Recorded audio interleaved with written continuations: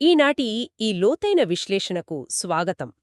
మనందరి మనస్సుల్లో ఎప్పుడూ మెదిలే ఒక ప్రాథమికమైన భావన గురించి ఈరోజు చాలా వివరంగా చర్చించబోతున్నాం. అవును. ఈ అంశం చాలా ముఖ్యమైనది.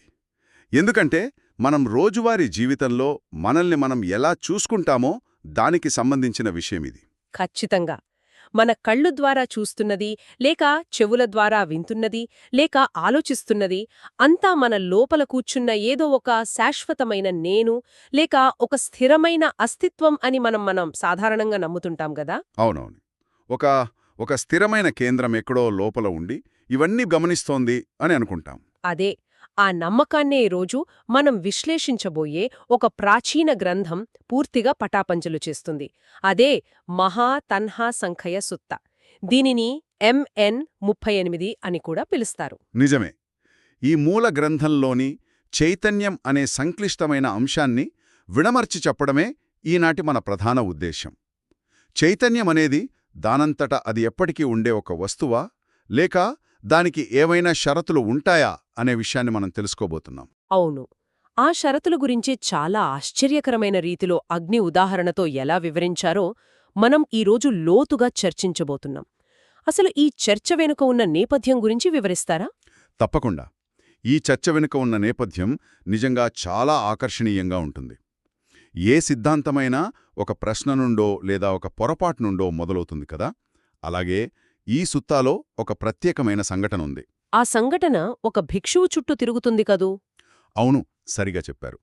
సాతి అనే పేరున్న ఒక భిక్షువుకు ఒక తీవ్రమైన అపార్థం ఉండేది. చైతన్యమనేది ఒక శాశ్వతమైన అస్తిత్వమని, అది ఏ మార్పు లేకుండా ఒక జన్మ నుండి మరో జన్మకు ప్రయాణిస్తూ ఉంటుందని అతను బలంగా నమ్మాడు. అంటే ఇప్పుడు మాట్లాడుతున్న లేక అనుభవిస్తున్న అదే చైతన్యం పాత జన్మలలో కూడా ఉంది, ముందు జన్మలకు కూడా అదే వెళుతుంది అని అతను అనుకున్నాడన్నమాట. అదే అతని సమస్య. చైతన్యమనేది ఒక స్వతంత్రమైన ఎప్పటికీ ఉండిపోయే వస్తువని ఆ భిక్షువు యొక్క గట్టి నమ్మకం. ఈ నమ్మకం బుద్ధుని బోధనలకు పూర్తిగా వ్యతిరేకం. ఆ భిక్షువు అపార్థాన్ని తొలగించడానికి బుద్ధుడు ఉపయోగించిన విధానమే మన ఈనాటి విశ్లేషణకు మూలస్తంభం. చైతన్యమనేది దానంతటది ఒక వస్తువు కాదని స్పష్టం చేశారు కదా. ఖచ్చితంగా. అది కొన్ని నిర్దిష్టమైన పరిస్థితులు లేదా షరతులు కలిసినప్పుడు మాత్రమే ఉత్పన్నమయ్యే ఒక ప్రక్రియ అని స్పష్టం చేయడానికి బుద్ధుడు అగ్ని ఉదాహరణను ప్రయోగించాడు. సాధారణంగా మనం అగ్నిని ఒక వస్తువుగా చూస్తాం, కాని అగ్ని తనకంటూ స్వంత అస్తిత్వాన్ని కలిగి ఉండదనే వాస్తవాన్ని చైతన్యానికి అన్వయించిన తీరు చాలా విశేషమైనది. అసలు బుద్ధుని బోధనల ప్రకారం ఈ అగ్ని స్వభావమేమిటి, దాన్ని చైతన్యానికి ఎలా ముడిపెట్టారు? ఈ విషయాన్ని మనం చాలా నిశితంగా పరిశీలించాలి. ఇప్పుడు చూడండి, అగ్నిని చూసినప్పుడు అది కట్టెల లోపల ఎక్కడో దాగి ఉండి సమయం వచ్చినప్పుడు బయటకు వస్తుందని మనం అనుకోం కదా. నిజమే. కట్టెలలో మంట దాగి ఉండదు, అది మనం వెలిగిస్తేనే వస్తుంది. అవును. అగ్ని అనేది పదార్థం కాదు. అది కేవలం ఇంధనం ఆధారంగా ఉద్భవించే ఒక ప్రక్రియ మాత్రమే. అంటే కట్టెలు, గాలి, వేడి ఈ షరతులన్నీ కలిసినప్పుడు జరిగే ఒక భౌతిక రసాయన ప్రక్రియే అగ్ని. అంటే ఇంధనం ఉంటేనే అగ్ని ఉంటుంది, ఇంధనం లేకపోతే అగ్ని ఉండదు. సరిగ్గా చెప్పారు. ఈ లాజిక్ ఎంత సులభంగా ఉందో అంత లోతైనది కూడా. అగ్ని అనేది పూర్తిగా షరతులతో కూడిన స్వభావాన్ని కలిగి ఉంటుంది.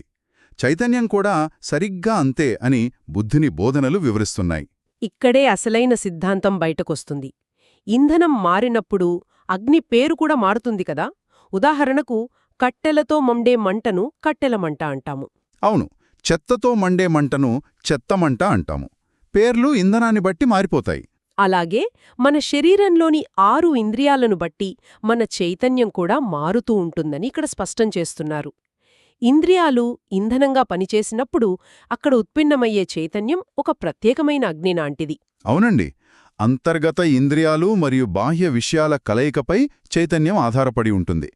బాహ్యంగా ఉండే ఇంధనం ఆధారంగా అగ్నికి ఎలాగైతే పేరు వస్తుందో, ఇంద్రియాల ద్వారా గ్రహించే విషయాల ఆధారంగా చైతన్యానికి కూడా ఒక పేరు వస్తుంది. కొంచెం వేరు, మన చైతన్యం వేరు కాదు, ఆ రెండు కలిసినప్పుడు పుట్టే మంటే ఈ చైతన్యమన్నమాట. ఖచ్చితంగా.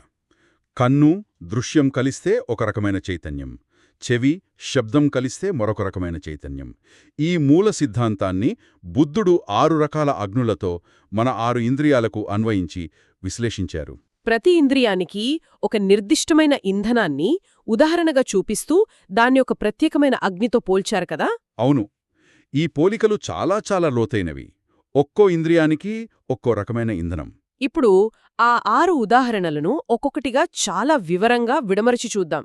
ఈ చర్చలో ఈ ఒక్కొక్క ఇంద్రియపు అగ్ని గురించి విశ్లేషించడం చాలా ముఖ్యం.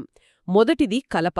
దీన్ని ఉదాహరణగా తీసుకుని చూడటం అనే చైతన్యంతో పోల్చారు కదా. అవును, కలప అనేది మన కంటికి చాలా స్పష్టంగా కనిపించే ఒక ప్రధానమైన స్థూలమైన వస్తువు.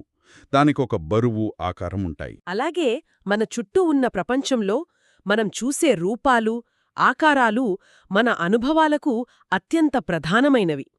కలప కాలినప్పుడు వచ్చే మంటను కట్టెల మంట అన్నట్లుగానే కంటి ద్వారా ఒక రూపాన్ని చూసినప్పుడు ఉత్పన్నమయ్యే చైతన్యాన్ని చూసే చైతన్యం అని ఎందుకన్నారో కొంచెం లోతుగా విశ్లేషిద్దాం. తప్పకుండా. కలప అనేది భౌతికంగా ఎంత దృఢంగా ఉంటుందో, మనం చూసే దృశ్య రూపాలు కూడా మన మనసుపై అంత బలమైన ముద్రను వేస్తాయి. మన దైనందిన అనుభవాలలో చూడటం అనేది ఒక బలమైన ప్రాథమిక ఇంధనం లాంటిది. అంటే ఒక చెట్టునో కొండనో చూసినప్పుడు మనలో ఒక స్పష్టమైన అనుభవం కలుగుతుంది. అవును, కన్ను అనే ఇంద్రియం మరియు ఆ చెట్టు అనే దృశ్యం, ఈ రెండు పరిస్థితులు కలిసినప్పుడు మాత్రమే ఈ చూసే చైతన్యం అనే అగ్ని రగులుకుంటుంది. ఈ రెండిట్లో ఏది లేకపోయినా అక్కడ చైతన్యం ఉద్భవించదు. కళ్ళు మూసుకుంటే ఆ కట్టెలమంట ఆగిపోయినట్లే కదా. కంటికి సంబంధించి పడిన ఆ దృశ్యపు ఇంధనం పూర్తవ్వగానే ఆ చూసే చైతన్యం అక్కడితో ముగుస్తుంది. అదే అసలైన సత్యం. కళ్ళు మూసుకున్న మరుక్షణం ఆ కట్టెల మంటలేదు. అంటే మనం రోజంతా ఒకే చైతన్యంతో ఉండము, దృశ్యాలు మారుతున్న కొద్దీ కొత్త కొత్త కట్టెల మంటలు పుడుతూ ఆరిపోతూ ఉంటాయన్నమాట. ఇది చాలా ఆశ్చర్యంగా ఉంది. ఇక రెండవ ఉదాహరణ దగ్గరకు వద్దాం. చిన్న కొమ్మలు లేదా చెత్త చెదారం, దీనిని వినడమనే చైతన్యంతో పోల్చారు. అవును, చిన్న కొమ్మలు అంటే బ్రష్వుడ్ అంటారు గదా, ఆ పోలిక. నాకు ఈ పోలిక చాలా ఆసక్తికరంగా అనిపించింది. ఎందుకంటే ఎండిన చిన్న కొమ్మలు మంటలో వేసినప్పుడు అవి కట్టెల్లాగా నిరంతరంగా స్థిరంగా మండవు. అవి ఆగి ఆగి చిటపటాలాడుతూ శబ్దం చేస్తాయి. అవునవును, ఒక్కోసారి బగ్గుమంటాయి, ఒక్కోసారి సన్నగా మండుతాయి. ఆ స్వభావం చాలా భిన్నమైనది. దీన్ని వినడమనే ప్రక్రియలోని హెచ్చుతగ్గుల స్వభావానికి అన్వయించడం ఎంత అద్భుతమైన పరిశీలనో కదా. నిజమే, శబ్దం యొక్క స్వభావాన్ని ఇంతకంటే ఖచ్చితంగా ఎవరూ వివరించలేరు. మన చెవికి వినబడే శబ్దాలు ఒక నిరంతర ప్రవాహంలా ఉండవు. ఒక పక్షి కూత, అవతల గదిలో ఎవరో మాట్లాడుతున్న మాటలు, గాలికి ఆకులు కదిలే శబ్దం, ఇవన్నీ వస్తూ ఆగుతూ మళ్లీ వస్తూ ఉంటాయి. అంటే శబ్దం ఎప్పుడూ ఒకేలా ఉండదు, హెచ్చుతగ్గులతో ఉంటుంది. కాబట్టి కొమ్మల చిటపటలతో పోల్చారన్నమాట. ఖచ్చితంగా. ఆ చిటపటలాడే చిన్న కొమ్మల శబ్దం ఎలాగైతే క్షణక్షణం మారుతూ ఉంటుందో, మన వినే చైతన్యం కూడా అంతే. శబ్దమనే ఇంధనం చెవికి తగిలిన ఆ క్షణంలోనే ఆ చైతన్యం ఉత్పన్నమై, శబ్దం ఆగిపోగానే ఆ చైతన్యం కూడా ఆగిపోతుంది. అంటే కొమ్మలు ఇంధనంగా ఉన్నప్పుడు వచ్చే అగ్నిలాగే శబ్దం ఇంధనంగా ఉన్నప్పుడు ఈ వినే చైతన్యం కలుగుతుంది. అవును, ఇక్కడ మూల షరతు ఏమిటంటే చెవి మరియు శబ్దం, ఈ రెండూ కలిస్తేనే ఆ చిటపటలాడే అగ్ని పుడుతుంది. అది ఒక స్థిరమైన నిరంతర మంట కాదు, అది ఆగుతూ సాగే ప్రక్రియ. కలప, కొమ్మలు ఇవంటి కంటికి చెవికి బానే సరిపోయాయి. ఆ రెండో అనుభవాలు మనకు స్పష్టంగా తెలుస్తాయి. కాని మూడవ ఉదాహరణ దగ్గరకొచ్చేసరికి కొంచెం భిన్నంగా అనిపిస్తుంది. వాసన అనేది గాలిలో కలిసిపోయేది కదా, దాన్ని అగ్నితో ఎలా పోల్చారు? అదే బుద్ధుని బోధనలలోని లోతైన పరిశీలన. మూడవ ఉదాహరణగా ఎండుగడ్డిని తీసుకున్నారు. దీనిని వాసన చూసే చైతన్యంతో అనుసంధానించారు. పచ్చిగా ఉన్న ఎండుగడ్డి కాలినప్పుడు మంట కంటే ఎక్కువగా పొగ వస్తుంది కదా, ఘాటైన వాసన కూడా వస్తుంది. ఆ పొగ చుట్టుపక్కలంతా వ్యాపిస్తుంది. వాసన చూసే చైతన్యానికి ఈ ఎండుగడ్డి ఉదాహరణని ఎందుకు వాడారో కొంచెం వివరిస్తారా? తప్పకుండా. వాసన అనేది గాలిలో ఎలా వ్యాపిస్తుందో గమనిస్తే ఈ పోలికలోని లోతు మనకు చాలా సులభంగా అర్థమవుతుంది. ఎండుగడ్డి నుండి వచ్చే పొగ ఒక నిర్దిష్టమైన ఆకారంలో ఉండదు. అవును, అది ప్రతి మూలకు విస్తరిస్తుంది. గాలి ఎటు వీస్తే అటు వెళుతుంది. సరిగ్గా అలాగే వాసన కూడా పరిసరాలను ఆవహిస్తుంది. ఒక పువ్వు వాసన కావొచ్చు, లేదా మరేదైనా ఘాటైన వాసన కావొచ్చు, అది గాలిలో కలిసిపోయి మన ముక్కును చేరుకుంటుంది. అంటే ముక్కు మరియు వాసన అనే రెండు అంశాలు కలిసినప్పుడు ఈ వాసన చూసే చైతన్యం పుడుతుంది. అవును. ఎండుగడ్డిని కాల్చిన మంట ఎలాగైతే ఒక పొగలాగా వ్యాపించే లక్షణాన్ని కలిగి ఉంటుందో, వాసన చూసే సమయంలో పుట్టే చైతన్యం కూడా అంతే. అది ఒక రూపం లేని, కానీ చుట్టుముట్టే అనుభవం. ఇది నిజంగా అద్భుతమైన పోలిక. ఆ పొగలాగా వ్యాపించే స్వభావం వాసనకు కరెక్ట్గా సరిపోయింది. ఇక 4వ ఉదాహరణ దగ్గరకు వద్దాం. ఈ ఉదాహరణ నన్ను బాగా ఆశ్చర్యపరిచింది. బహుశా శ్రోతలకు కూడా వింతగా అనిపించవచ్చు. ఆవు పేడ ఉదాహరణ కదూ. ఇది చాలామందిని ఆశ్చర్యపరుస్తుంది. అవును, ఆవు పేడను రుచి చూసే చైతన్యంతో పోల్చారు. ఒక్క నిమిషం, ఆవు పేడను రుచి చైతన్యంతో పోల్చడమా? పేడకు రుచికి సంబంధమేమిటి? ఇది కొంచెం వింతగా లేదు? ప్రాచీన కాలంలో వంటకు పిడకలు వాడేవారని తెలుసు, కాని దీన్ని నాలికకు రుచికి ఎందుకు ముడిపెట్టారు? విలక్షణంగా అనిపించినా ఇందులో చాలా గంభీరమైన వాస్తవికత ఉంది. ఈ లాజిక్ ప్రాచీనకాలపు జీవన విధానం నుండి వచ్చింది. ఆవు తాను తిన్న ఆహారాన్ని రుచి చూసి జీర్ణించుకున్న తరువాత శరీరానికి పనికిరాని దానిని బయటకు పంపుతుంది. అంటే ఆ మిగిలిన అవశేషమే పేడ. అవును. ఒక రకంగా చెప్పాలంటే అది రుచి, ఆహారం యొక్క చివరి దశ లేదా అవశేషం. ప్రాచీన కాలంలో ఆవు పేడను ఎండబెట్టి పిడకలుగా చేసి వంటకు ఇంధనంగా వాడేవారు. అలా ఎండబెట్టే క్రమంలో దానిలోని సహజమైన పచ్చివాసన అంతా పోతుంది. అది ఎండిన తర్వాత కాల్చినప్పుడు దాని నుండి పొగ రాదు కదా, ప్రత్యేకమైన వాసన రాదు, ఎలాంటి వెలుగు రాదు. అది కేవలం వేడిని మాత్రమే ఇస్తుంది. సరిగ్గా చెప్పారు. మన నాలుకపై ఆహారం పడినప్పుడు పుట్టే రుచి చైతన్యం కూడా సరిగ్గా ఇలాంటిదే అని బుద్ధుని బోధనలు చెబుతున్నాయి. రుచి అనేది కేవలం పోషకాహార గ్రహణలో ఒక భాగం. ఆహారం నాలుకపై ఉన్నంతసేపే ఆ అనుభవం. ఆ తర్వాత అది లోపలికి వెళ్ళిపోయి అవశేషంగా మారుతుంది. అంటే ఆ ఎండిన పేడ కేవలం వంటకు వేడిని ఎలా ఇస్తుందో, మనం తీసుకునే ఆహారం శరీరానికి అలా వేడిని, శక్తిని ఇస్తుంది. అందులో శాశ్వతంగా ఉండిపోయే అద్భుతమేమీ లేదు. ఖచ్చితంగా.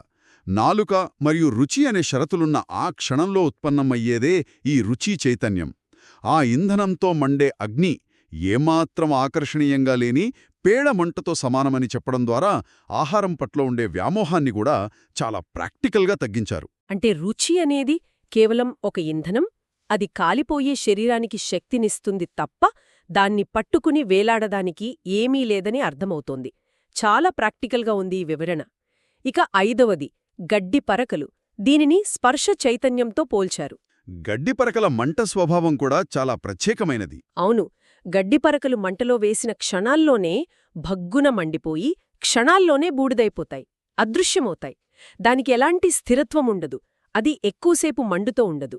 స్పర్శ అనేది కూడా అంతే, క్షణభంగురమైనదని ఈ ఉదాహరణ వివరిస్తోంది కదూ. అవునవును. మన చర్మం ద్వారా కలిగే స్పర్శానుభవం చాలా తక్షణమైనది మరియు వేగవంతమైనది.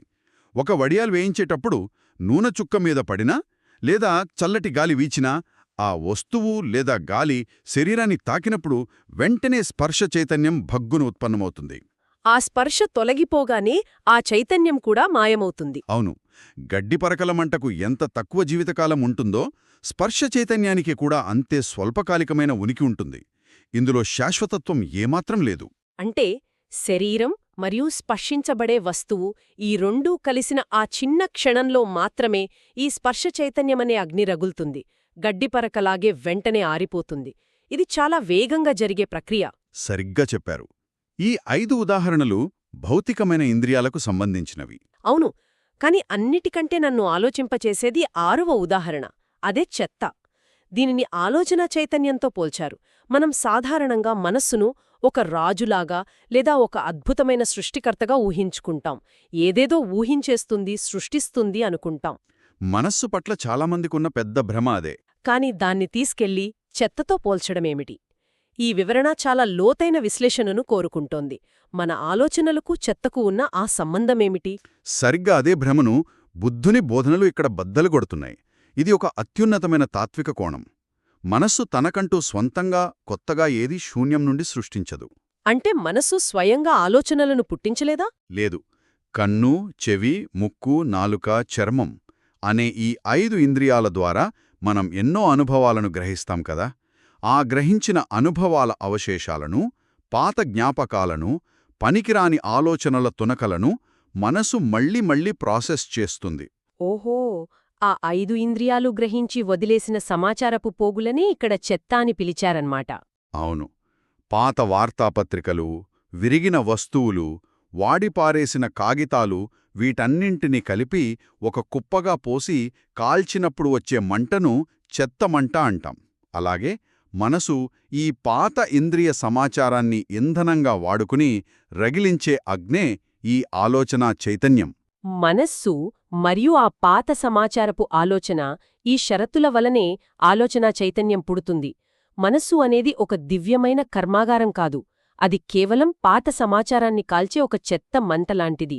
ఇది వినడానికి కొంచెం కష్టంగా ఉన్నా ఎంత పచ్చి నిజమో కదా. అవును.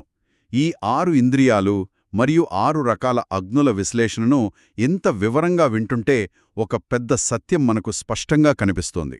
అవును, ఈ చర్చ ద్వారా ఒక ముఖ్యమైన తాత్విక సారాంశం బయటపడుతుంది.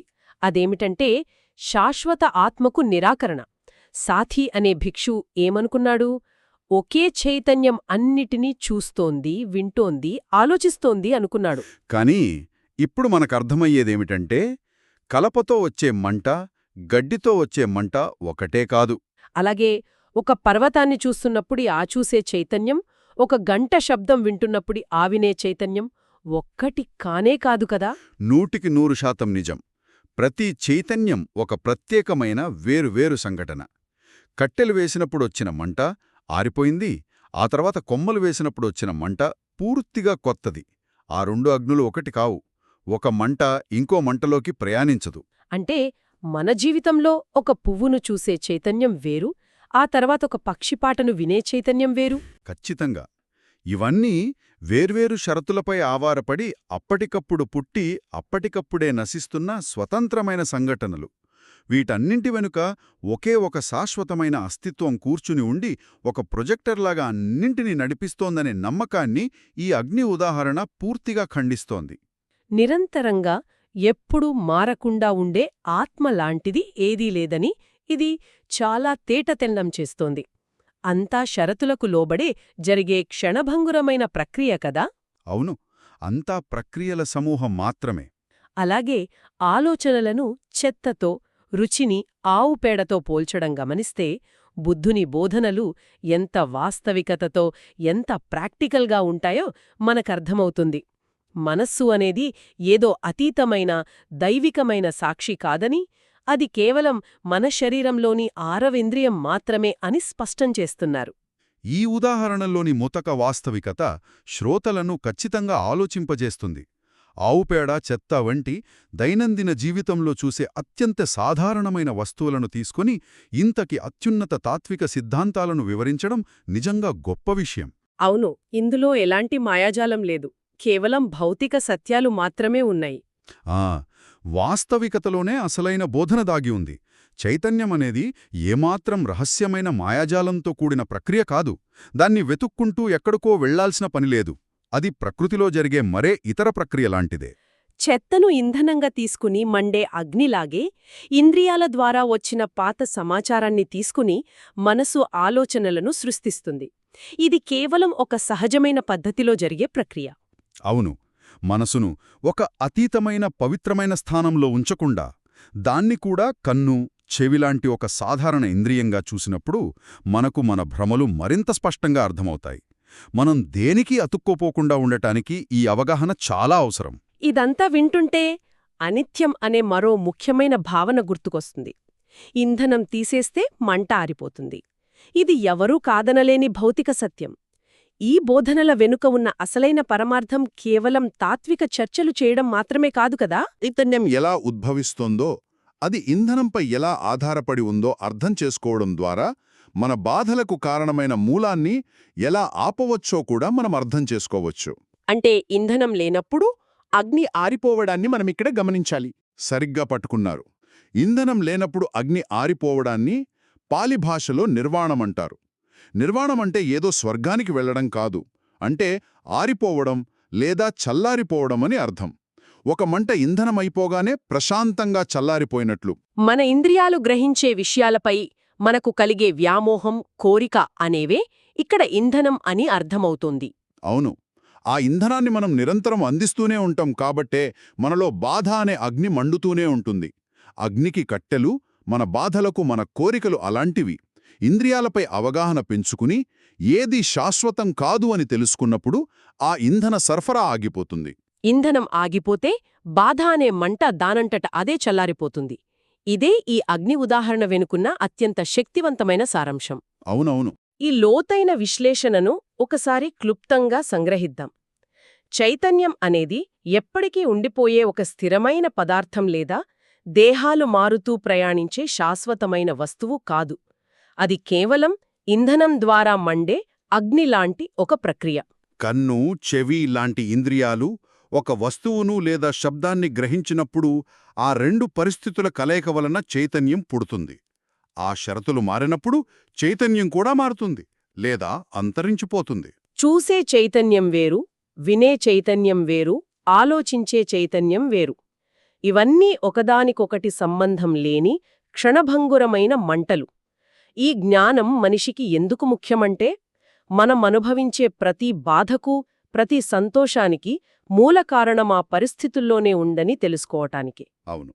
ఏదీ శాశ్వతం కాదు, ఏదీ మన అధీనంలో లేదు, అంతా పరిస్థితుల ప్రభావమే అనే సత్యాన్ని గ్రహించినప్పుడు బాహ్య విషయాలపై మనకున్న తీవ్రమైన కోరిక క్రమంగా సన్నగిల్లుతుంది.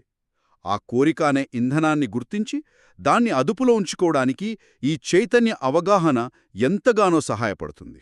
అగ్ని తనంతట తాను రగులుకోదు అన్న వాస్తవాన్ని తెలుసుకున్నవారు తమ మనస్సులో రగులుకునే కోపాలు, భయాలు, బాధల అగ్నికి తామే కోరిక అనే ఇంధనం అందిస్తున్నామన్న నగ్న సత్యాన్ని గ్రహిస్తారు.